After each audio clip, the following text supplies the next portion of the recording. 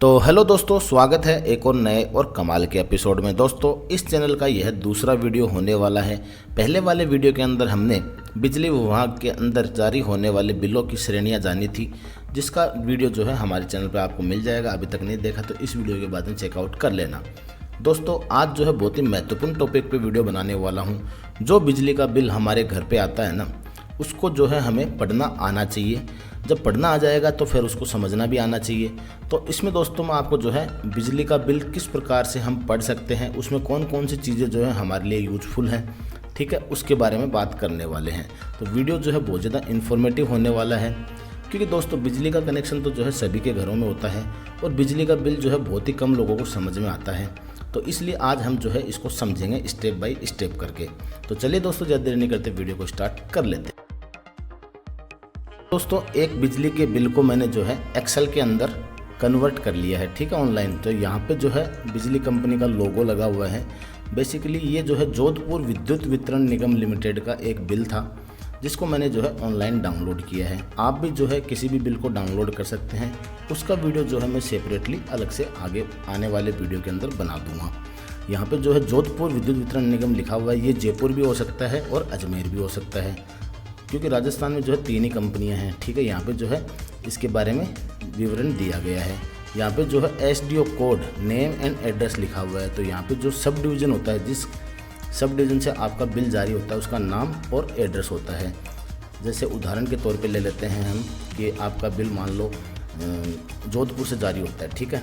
तो यहाँ पे जोधपुर का कोड आ जाएगा, नेम आ जाएगा और एड्रेस आ जाएगा, ठीक है। ये इन्फॉर्मेशन यहाँ पे होती है।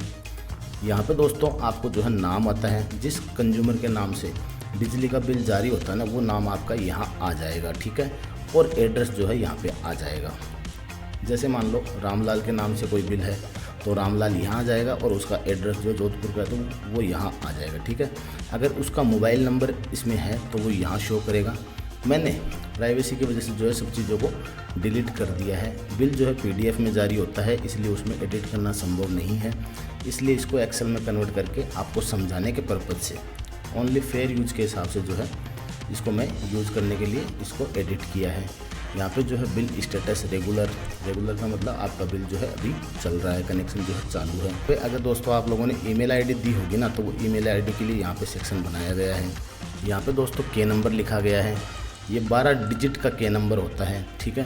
तो 12 डिजिट का K नंबर यहाँ पे हो सकता है, जैसे 310, 320, 330, 350 इस तरह से स्टार्ट होगा, ठीक है। और यहाँ पे RSN नंबर लिखा गया है, इसका हमें कोई मतलब नहीं है। यहाँ पे सर्विस नंबर लिखा हुआ था। सर्विस नंबर दोस्तों बेसिकली वो चीज़ है, जैसे जिस समय आपने अपनी घरेलू कनेक्शन की पत्रावली डिस्कॉम, किसी भी डिस्कॉम के कार्यालय में जमा करवाई, सपोज करो आपने जोधपुर में जमा करवा दी, ठीक है, सिटी के अंदर, तो उस समय जो कनेक्शन की प्रायोरिटी चल रही है ना जिस कैटेगरी के अंदर, तो उस समय का आपको S1 का रजिस्टर नंबर दिया जाता है, तो उसको सर्विस नंबर कहा जाता है। तो ये यूनिक नंबर होता है, सबका अलग अलग होता है, ठीक है। तो ये भी एक महत्वपूर्ण चीज़ है। तो ये है दोस्तों अगला सिक्योरिटी अमाउंट। जैसे इसमें अभी 30 रुपीज़ आ रहा है उदाहरण के लिए। जैसे मान लो 300 रुपये सिक्योरिटी है, तो 300 रुपये सिक्योरिटी जो है यहाँ पे शो करेगी।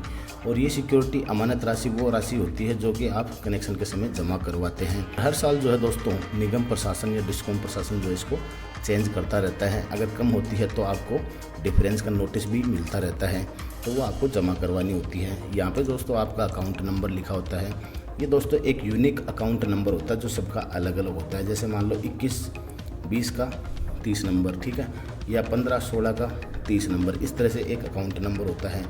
4 ग्रुप के अंदर बिलिंग होती है। अभी फ़िलहाल वर्तमान में बाई मंथली बिलिंग चल रही है, 2 महीने से जो है बिल जारी होता है। और आगे जो है इस पर यहाँ देखो वहाँ जो है बिल पीरियड 2 महीना लिखा गया है। तो 2 महीने से जारी होता है, तो 4 ग्रुप की बिलिंग 1 महीने में होती है, 4 ग्रुप की बिलिंग अगले महीने में होती है। आने वाले टाइम में जो है दोस्तों आपको राजस्थान के अंदर मंथली बिलिंग देखने को मिलेगी। उस समय जो है 8 के 8 ग्रुप की बिलिंग एक साथ करवाई जा सकती है। वो आने वाले टाइम की बात है। लिखा गया है जैसे कि अगस्त 24 का बिल जारी हुआ है, लेकिन इसका टाइम पीरियड जो है ना वो नीचे लिखा गया है, ये रहा। अभी वापस चलेंगे ऊपर, ये जो है मंथ आपको मैं दिखा रहा हूँ। बिल मंथ जो है आपका, मैं इसको हाईलाइट कर देता हूँ। बिल मंथ जो है अगस्त 24 है, लेकिन दोस्तों रीडिंग टाइम पीरियड जो है प्रीवियस का रहता है इसके अंदर। तो रीडिंग टाइम पीरियड देखिए 20/5/24 से लेकर के 20/7/2024 तक का है और इसका बिल जनरेट होगा कब? अगस्त महीने के अंदर। तो इस प्रकार से जो है ये बिल काम करता है बाई मंथली के अंदर। पीरियड जो है 2 महीना है। फीडर कोड एक यूनिक नंबर होता है जिस फीडर से आपकी सप्लाई चालू होती है ना, उससे उसका नंबर जो है यहाँ शो होता है। जैसे मान लो आप जोधपुर सिटी के अंदर कोई शिव कॉलोनी के अंदर रहते हो, या फिर जोधपुर के अंदर आप जैसे मान लो श्याम कॉलोनी के अंदर रहते हो, तो उसका एक फीडर कोड होगा, उस फीडर से उसमें सप्लाई जा रही होगी, तो उसका नंबर जो है यहाँ पे आता है, ठीक है। और आपका अभी घरेलू कनेक्शन की बात कर रहे हैं हम, वो भी सामान्य घरेलू कनेक्शन की, तो वो कोड जो है यहाँ पे आ जाएगा। और अभी फ़िलहाल जो है सिटी की बात कर रहे हैं, ठीक है हम, तो 1000 XA इसका कोड हो गया है। तो एक जहाँ पे भी आ गया वो घरेलू के लिए यूज होगा। 100 भी हो सकता है, 1500 भी हो सकता है, ठीक है, 1200 भी हो सकता है। अलग अलग कैटेगरी के बिल बनते हैं। जैसे 1000 वाले बिल तो होते हैं नॉर्मल घरेलू कनेक्शन वाले, 1200 कैटेगरी वाले होते हैं BPL वाले, ठीक है, BPL के कनेक्शन होते हैं वो, और 1500 कैटेगरी के कनेक्शन होते हैं जो रूरल एरिया में घरेलू कनेक्शन होते हैं, ठीक है। 1500 G वाले कनेक्शन होते हैं गवर्नमेंट स्कूल के या गौशाला के, 1900 वाले कनेक्शन होते हैं। तो इस तरह से अलग अलग कैटेगरी बनी होती है, उनके बारे में हम अलग अलग बात करेंगे। और दोस्तों ये आगे जो XA लगा हुआ है ना, XA का मतलब हो गया सिटी का कनेक्शन है। इस XA से 5th और 6th डिजिट से जो है आपका फ़र्क पड़ता है अर्बन सेस लेना है या नहीं लेना है, ठीक है। इस पर डिपेंड करेगा, इसके बारे में भी आगे बात करने वाले हैं। यहाँ पे जो है कैटेगरी लिखी गई है। कैटेगरी जो है दोस्तों आपकी डोमेस्टिक है। यहाँ पे अगर मान लो आपकी घरेलू कनेक्शन की कैटेगरी है तो वो है नॉन डोमेस्टिक आ जाएगा। अगर इंडस्ट्री है तो वो इंडस्ट्री कैटेगरी जो है यहाँ शो करेगी। तो आगे आता है दोस्तों सैंक्शन लोड कितना स्वीकृत करवाया वो है, और कनेक्टेड लोड जो वर्तमान में आपका चल रहा है वो है। और कॉन्ट्रैक्ट डिमांड जो है हमारे डोमेस्टिक में बहुत कम यूज होती है, ये बड़े कनेक्शनों में काम आती है कॉन्ट्रैक्ट डिमांड इन KVA। तो इसके बारे में जो है उस कैटेगरी में बात करने वाले हैं। ये है दोस्तों अर्बन और रूरल / अर्बन, ठीक है। तो अगर आपका शहर में है तो अर्बन आ जाएगा कनेक्शन, और अगर आपका ग्रामीण क्षेत्र में आता है तो वो रूरल एरिया आ जाएगा। सप्लाई वोल्टेज जो है 230 वोल्टेज है। सप्लाई वोल्टेज मतलब सिंगल फेस, अगर LT पे है तो 230 वोल्टेज आ जाएगा। और मीटरिंग वोल्टेज भी जो है 230 है, मतलब सिंगल फेस है। अगर 3 फेस होगा तो 400 वोल्ट यहाँ पे आ जाएगा, और उससे भी बड़ा कनेक्शन होगा तो फिर आपका जो है 11000 यहाँ पे आ जाता है। मीटर ओनर जो है यहाँ पे आ जाएगा, निगम है या कंज्यूमर है, तो निगम ही होता है इसमें, ज़्यादातर कंज्यूमर तो होता नहीं है। मीटरिंग टाइप जो WCM जो है यहाँ लिखा गया है। पावर फैक्टर घरेलू में होता नहीं है, जहाँ एप्लीकेबल होगा वहाँ मैं आपको इसका बता दूंगा पावर फैक्टर और बिलिंग डिमांड का। हमारे घरेलू में इसका जो खास उपयोग नहीं है। चलते हैं दोस्तों मंथली एवरेज, जो आपने 12 महीने के अंदर कनेक्शन यूज किया है, जो कंजम्पशन आपका 12 महीने में आया, उसका औसत जो है यहाँ पे शो करता है, ठीक है। मैं इसको हाईलाइट कर देता हूँ ग्रीन से। तो फाइनेंशियल ईयर जो है अपना अप्रैल टू मार्च चलने वाला, तो उस टाइम में जो कंजम्पशन आपका आया है ना, उसका एवरेज यहाँ पे शो होगा। तो उसके एवरेज के हिसाब से इसका स्थायी शुल्क जो आपका फिक्स चार्जेस लगता है ना, ये वाला स्थायी शुल्क, इसको भी मैं ग्रीन कर देता हूँ। स्थायी शुल्क की कैलकुलेशन जो है करंट बिल के कंजम्पशन के आधार पर नहीं होती है, वो इसके आधार पे होती है, ठीक है। इसको भी मैं ग्रीन कर देता हूँ। तो आपको जो है इसकी कैलकुलेशन के लिए इसकी आवश्यकता पड़ने वाली है। और उसके आगे दोस्तों मीटर सिक्योरिटी अमाउंट अगर कोई जमा हो तो वो यहाँ से हो जाएगा। मीटर स्टेटस अगर ओके है तो इसका मतलब सही है तो ओके आ जाएगा, अगर ख़राब है तो डिफेक्टिव आ जाएगा, बरंट है तो बरंट आ जाएगा। डिफेक्टिव बरंट है, ठीक है, ग्लास टूटा हुआ है, बहुत सारे मतलब स्टेटस हो सकते हैं, तो वो चीज़ जो है यहाँ शो हो जाएगी कोडिंग के अंदर। और ये जो चीज़ें हैं कहाँ से उठाई गई है वो मैं आपको किसी अगले वीडियो में बता दूंगा। कंज्यूमर स्टेटस जो है रेगुलर है, ठीक है, या PDC है, DC है, वो भी यहाँ आ जाएगा। और करंट रीडिंग और प्रीवियस रीडिंग जो है यहाँ शो हो रही है। करंट मीटर जो भी लगा हुआ होगा उसका नंबर यहाँ आ जाएगा। मल्टीप्लाइंग फैक्टर जो है वो यहाँ आ जाता है, इसमें 1/1 ही रहता है ज़्यादातर। और जो बड़े कनेक्शन होते हैं उसमें जो है 100/5 रहता है, 100/20 रहता है, तो वो अलग अलग काम करता है वहाँ पे। इसका मतलब ये है दोस्तों कि आपकी जो रीडिंग आई है ना, जैसे मान लो इसका कंजम्पशन आया है, सपोज करो 1493, तो मल्टीप्लाई फैक्टर 1 है इसका, तो ये 1493 हो जाएगी। अगर 2 होगा तो 2 से गुना होकर डबल हो जाएगा, अगर 20 होगा तो ये 20 से गुना हो जाएगा। तो ये होता है मल्टीप्लाइंग फैक्टर का मतलब। अब देखिए दोस्तों, आप एक चीज़ देख पा रहे हैं, करंट रीडिंग और प्रीवियस रीडिंग, ठीक है। और देखो 3 चीज़ों में इन्होंने रीडिंग मांगी है, current reading KWH, current reading KVH और करंट रीडिंग KVA। तो बेसिकली घरों के अंदर तो एक KWH से ही बिलिंग होती है, ठीक है, छोटे कनेक्शन रहता है। घरेलू के अंदर तो ये घरेलू के अंदर KWH से ही बिलिंग होती है। लेकिन जो बड़े इंडस्ट्रियल कनेक्शन होते हैं ना, बड़े कनेक्शन होते हैं, औद्योगिक कनेक्शन होते हैं बड़े वाले, PhD के प्रोजेक्ट वाले कनेक्शन होते हैं, तो उनमें जो है अपने को MIP वाले कनेक्शनों के अंदर, ST कनेक्शनों के अंदर, कहीं कहीं SIP कनेक्शनों के अंदर भी हमको जो है तीनों रीडिंग शो करती है। तो वहाँ इन तीनों की बिलिंग करानी पड़ती है। ये रीडिंग कैसे लेते हैं, कैसे इनका बिल पे इफेक्ट पड़ता है, वो चीज़ जो है उसकी कैटेगरी के अंदर हम समझने वाले हैं। तो अगर मान लो मीटर चेंज होता है तो उसका नंबर यहाँ आ जाएगा, उसका MF जो है यहाँ आ जाएगा और उसकी रीडिंग वगैरह जो है वो यहाँ आ जाएगी। तो इस एरिया में जो है इतना ही दिया गया है। इसके बाद दोस्तों मीटर स्टेटस कैसा था उसका वो यहाँ आ जाएगा। ट्रांसमीटर लॉस अगर लगता है तो वो यहाँ शो हो जाएगा। टोटल कंजम्पशन जो है उसका यहाँ आ जाएगा। अब जो है नॉर्मल अपना रेगुलर मीटर चल रहा है तो उसका कंजम्पशन जो है KWH यहाँ शो हो जाएगा, KVH यहाँ और KB यहाँ। तो KWH से बिलिंग होती है तो KWH हमारा जो है 1493 रुपये आया है। और यहाँ जो है दोस्तों आपके 12 महीने की 6 बिलों की कंजम्पशन डिटेल जो है यहाँ रहती है। और इसके नीचे की साइड जो है पेन नंबर वगैरह रहता है कंज्यूमर का अगर अवेलेबल होता है तो। और यहाँ जो है सब डिवीज़न का बारकोड होता है, ऑफिस का फ़ोन नंबर वगैरह होता है, बिल नंबर होता है। STDS कोई कटता है तो वो यहाँ आ जाएगा। और यहाँ पे जो टोल फ्री नंबर वगैरह होता है यहाँ वापस जोधपुर विद्युत वितरण जो भी कंपनी है उसका जो है लोगो यहाँ रहता है, नाम यहाँ रहता है।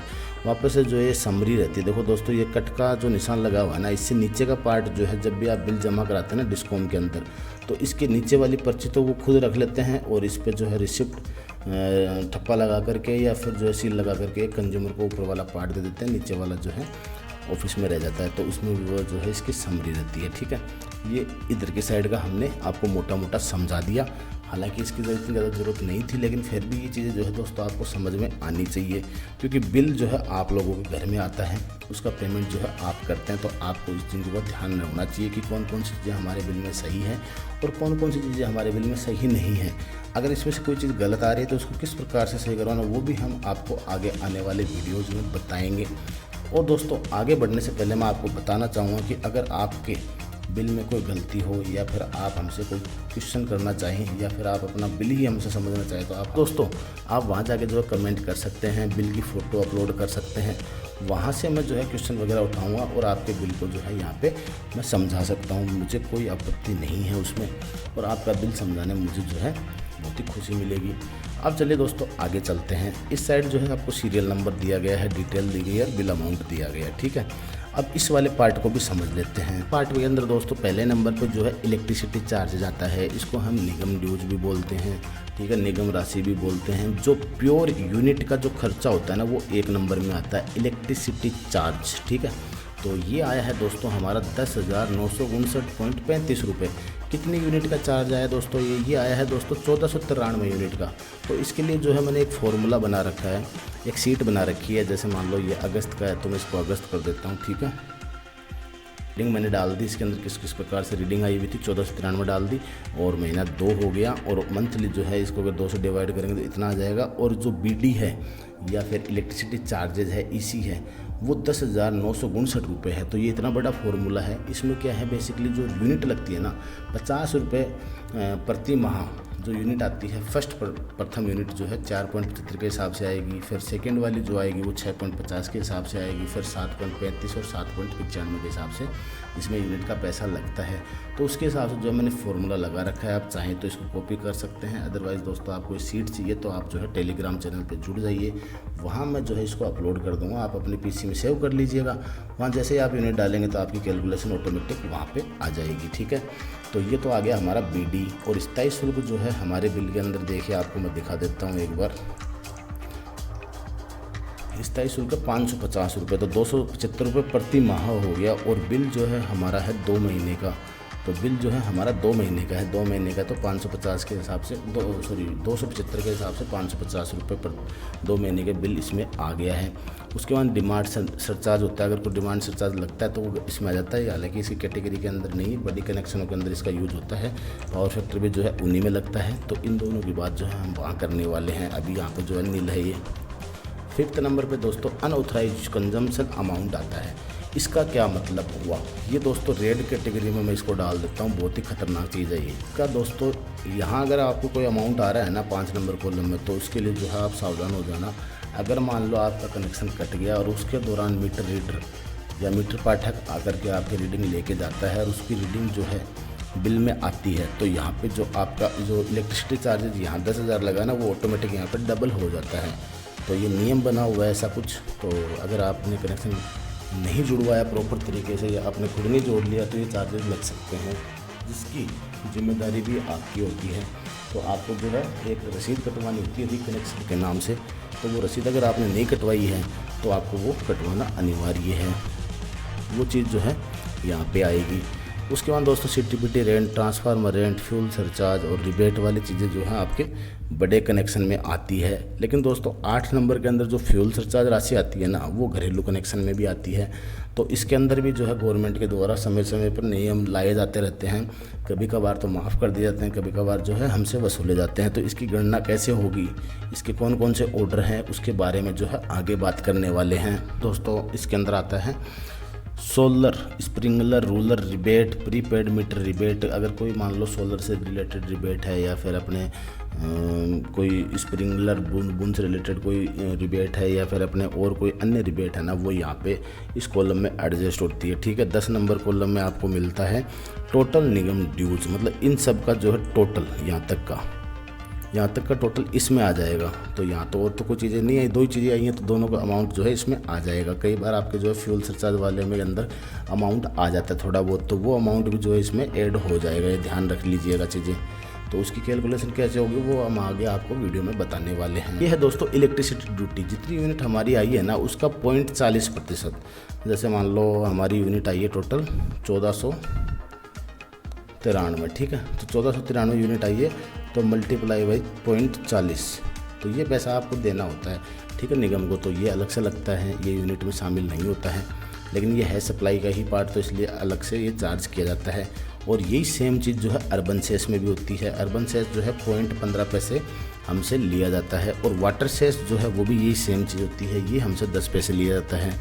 तो इनके आगे ही जो है मैं लिख देता हूँ कितना कितना अमाउंट जो है हमसे चार्ज किया था। 0.40 पैसा और 0.10 पैसा और 0.15 पैसा।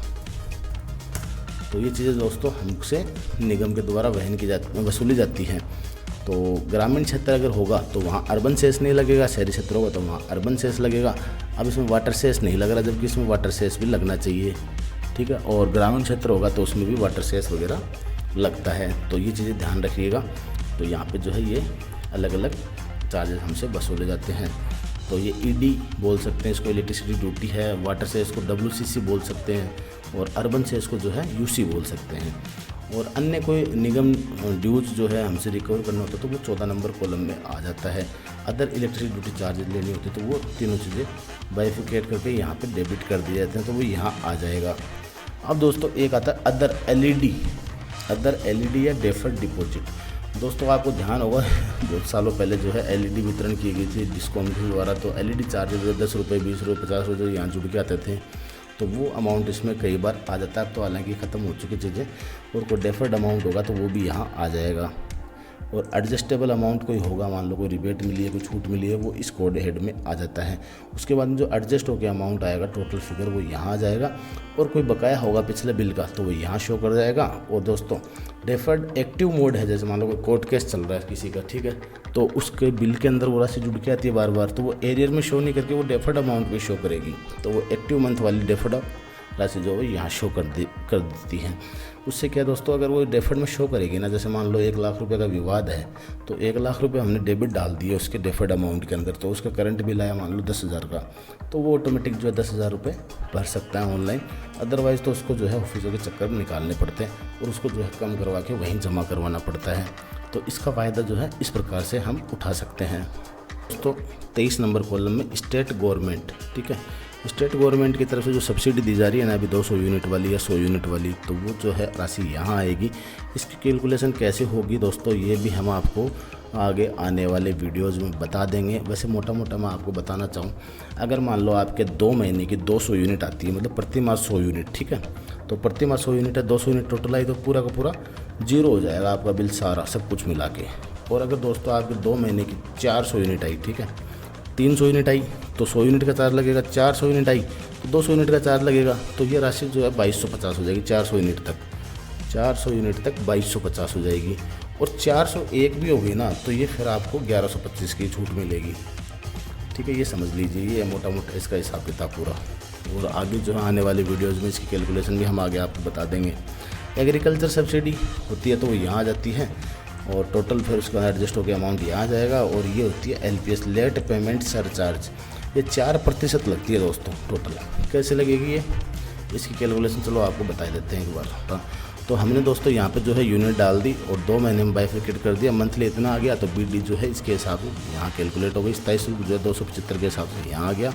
ED जो है 0.40 पैसे के हिसाब से यहाँ आ गई। WCC अगर होगी तो 10 पैसे के हिसाब से यहाँ आ जाएगी। फ्यूल सरचार्ज होगा तो वो यहाँ आ जाएगा। और अदर कोई चार्ज है जैसे UC वगैरह तो वो यहाँ आ जाएगा 15 पैसे के हिसाब से। सब्सिडी की गणना जो है यहाँ हो जाएगी, ठीक है। अब बात करते हैं LPS की, लेट पेमेंट सरचार्ज की। लेट पेमेंट सरचार्ज में क्या है दोस्तों, ये वाला अमाउंट जुड़ेगा प्लस ये वाला अमाउंट जुड़ेगा, और लेस होगा कौन सा, ये वाला अमाउंट सब्सिडी वाला। फिर जो अमाउंट बचेगा उसका 4% निकलेगा। 2 महीने की 4% और 1 महीने की 2% चार्ज की जाती है। तो ये चार्ज हुई 415.37 रुपये। तो इन दोनों को मिला करके जो है राशि हो गई टोटल 11,620 रुपये। और इतनी ही राशि जो है हमारे करंट बिल में आ रही है 11,620 रुपये। पॉइंट कुछ था तो वो 21 रुपये आ गया है यहाँ पे। तो इस प्रकार से जो है इसकी कैलकुलेशन हो जाती है दोस्तों। मोटा मोटा बिल किस प्रकार के होते हैं, हमको कैसे इसको समझना होता है, और क्या फॉर्मेट में जो है हमारे पास बिल आता है। अगर अब दोस्तों आप जो है कोई भी एक पुराना बिल अपना लेकर के देखना, मतलब हाल फिलहाल का लेके देखना। हो सकता है पहले के पुराने बिल लेके देखोगे तो उस समय रेट अलग हो, स्कीम अलग हो।